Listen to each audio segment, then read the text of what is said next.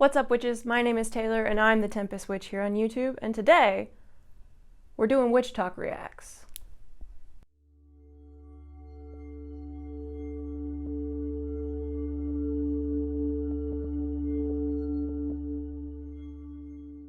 So this is going to be a different video from all of my other videos, but what I've been doing is I've been saving videos I find on Witchtok or about spirituality or just funny skits, and I figured it would be fun to just watch them with me. I'll explain some of them if I feel the need, or we could just laugh together because TikTok is a whole nother animal. Like, I love YouTube, it's very informative, it's entertaining, you have long videos where you can explain things.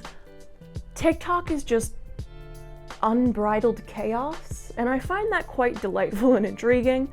So I figured make longer videos for YouTube with just the selection of TikToks that I've saved over time. And I think it'll be fun. So we're gonna try this out and we'll see how it goes.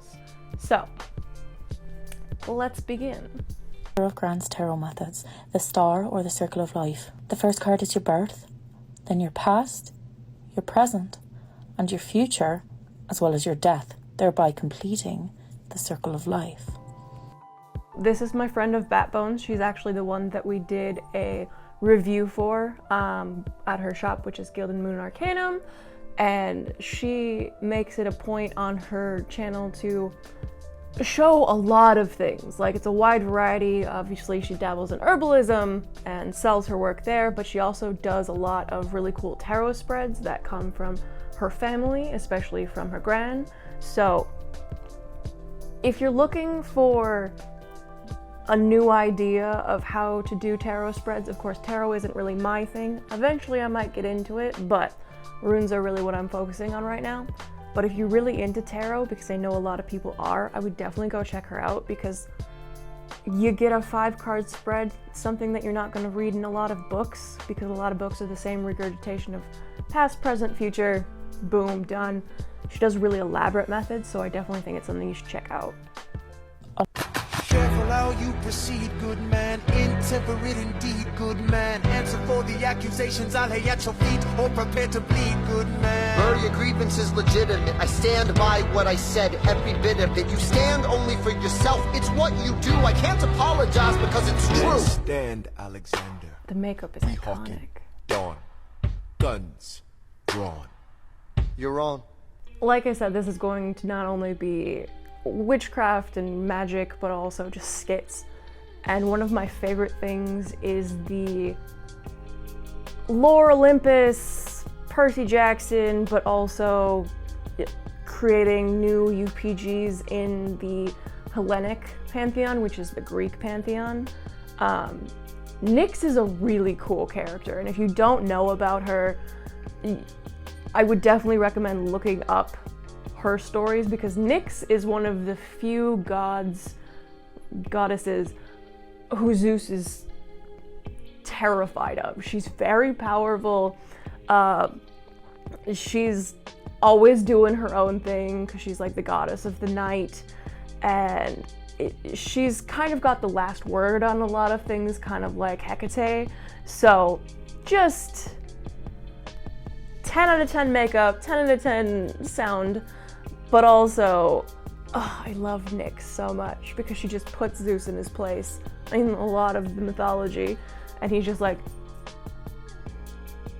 I want to challenge you because I am the alpha superior, but also you're fucking terrifying. So, A++, that was awesome. Hello, my darling. So I read this here post today, and when I say it spoke to me on a different level, it says you can't truly call yourself peaceful unless you're capable of great violence. If you are not capable of violence, you're not peaceful, you're harmless. Important distinction. Now, why does this ring true? This rings true especially for us practitioners, because don't take someone's kindness for weakness. Sometimes if somebody stays quiet and they choose peace, it's because they know what they're capable of.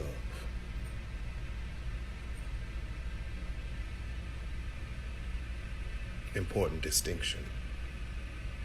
This is a really good point, and it's been popping up a little bit over Witchtok, but a lot of practitioners are all love and light because truly they aren't powerful. They're simply regurgitating things that they've crudely researched, and by research I mean looking up on TikTok or looking up in very base level books. They don't actually do their own research. They don't put in the time, the effort.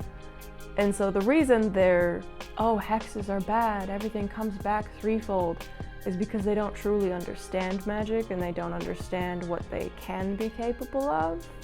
Just keep in mind that really what it comes down to is you're only limited by your own imagination and your own willingness to research. So, food for thought.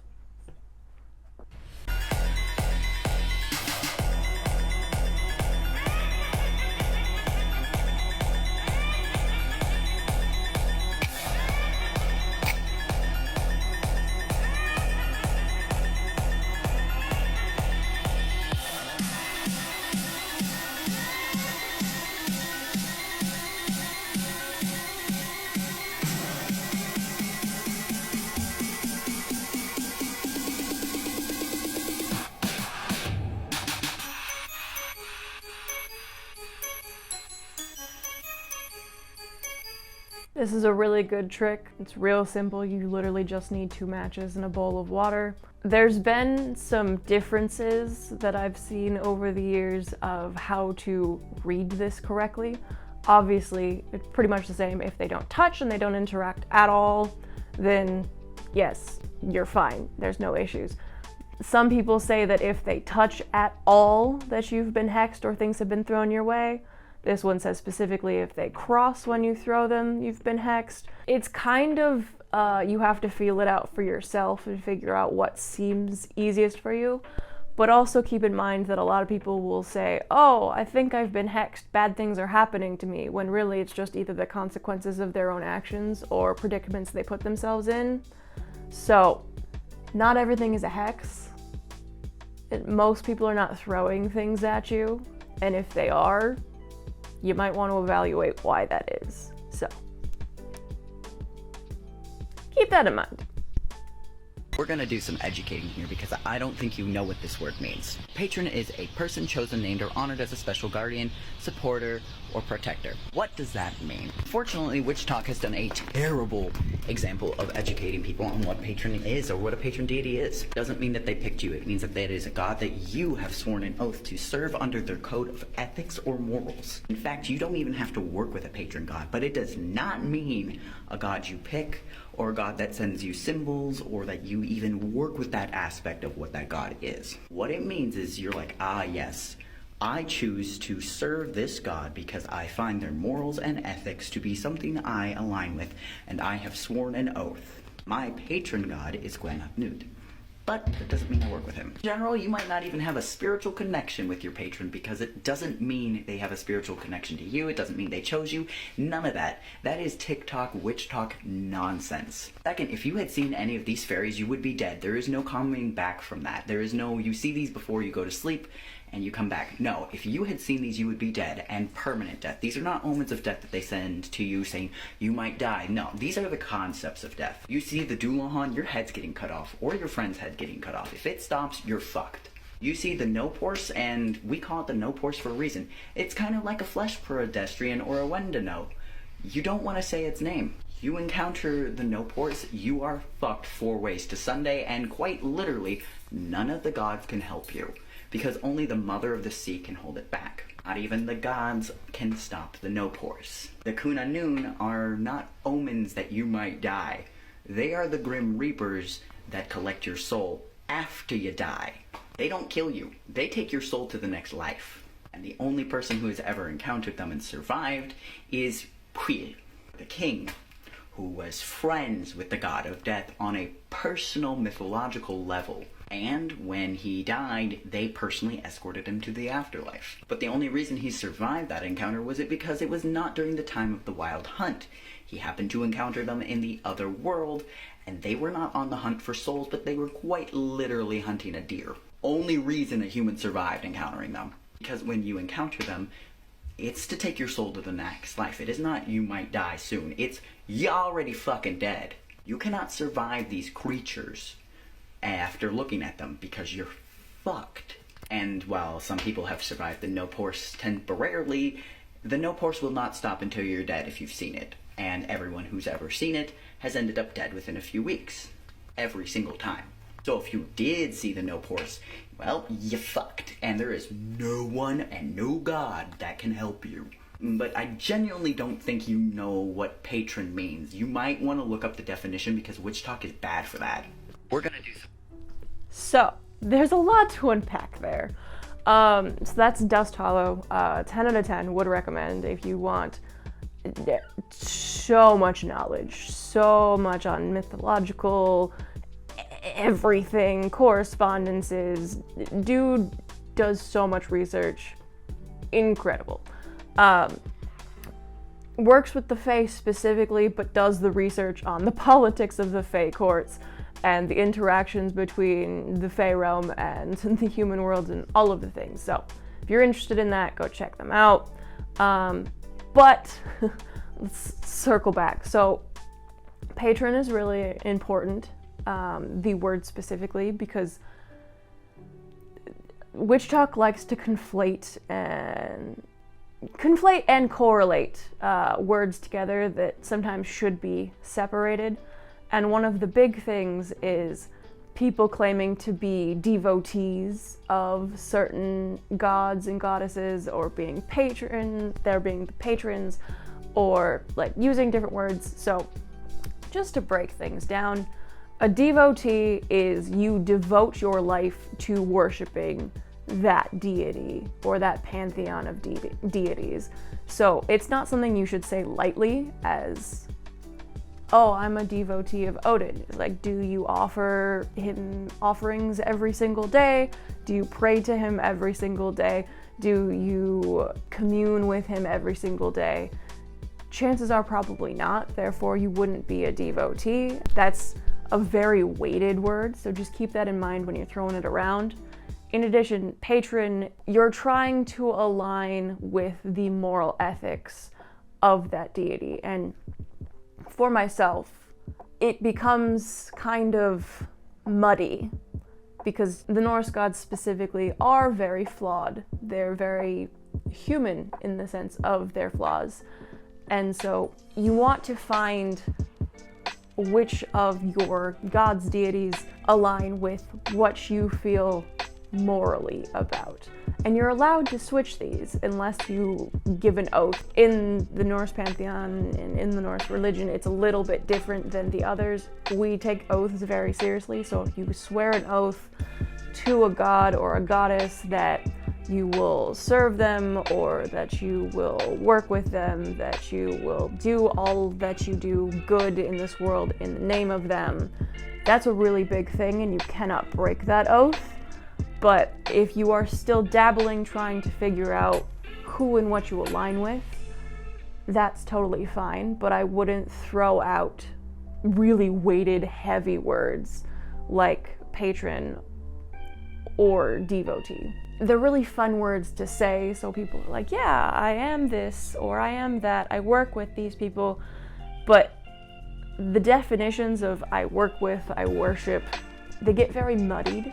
You need to figure out what that actually means before you start saying it. I've been trying to decide who my personal patron is, and this is kind of a conversation that I've been wrestling with myself, because all of the gods are flawed in the sense of standing up for what you believe in, protecting the little guy, and using your privilege and your power to defend those who cannot defend themselves and the underdogs is a very Thor concept. That's who I've always leaned towards being my patron. The problem with Thor is very he can be very arrogant, which is something that I also struggle with, and I know that it is the most aligned for me to deem that Thor would be my patron.